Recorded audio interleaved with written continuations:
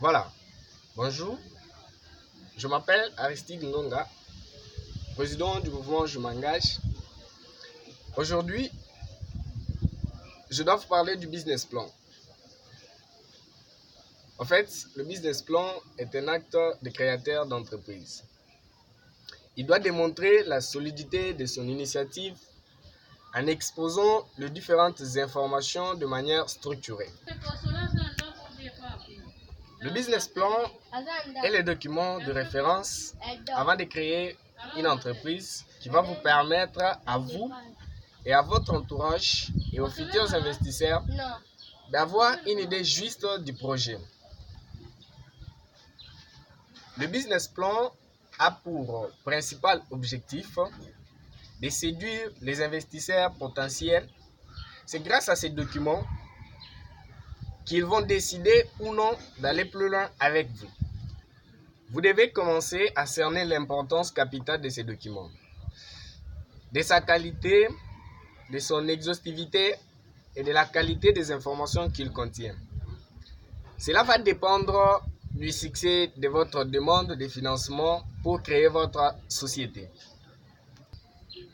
La construction du business plan suit généralement un raisonnement logique qui démontre étape par étape que le projet d'entreprise est construit et viable. En effet, il existe un besoin fort non satisfait.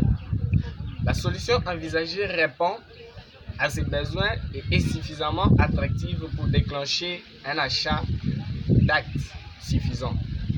Ces besoins concernent un nombre de clients potentiels et important. Cette activité générera un chiffre d'affaires important et sera rentable. En fait, le business plan remplit plusieurs autres critères avant d'être éligible par les investisseurs. Au départ, il faut la réunion des besoins de l'activité, mais aussi il faudrait penser à l'équipe qui va composer votre société.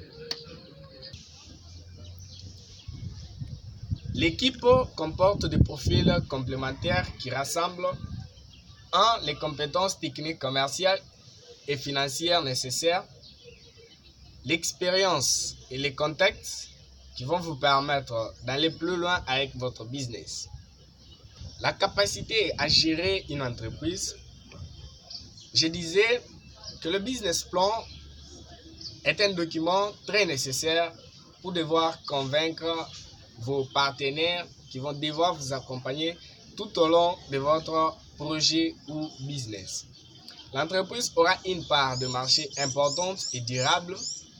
Vous devez identifier donc, après l'activité, l'équipe qui va vous permettre de procéder et d'aller plus loin. La troisième des choses, c'est le marché dans lequel vous allez devoir investir. Les concurrents avérés ou potentiels sont identifiés également. Voilà. Il n'existe pas un modèle type ou un modèle général et universel pour le business plan. Cependant, après vous avoir dit les éléments qui doivent renfermer un business plan, je vous laisse comprendre que le business plan dépendra de votre projet ou de votre idée que vous deviez mettre en exercice.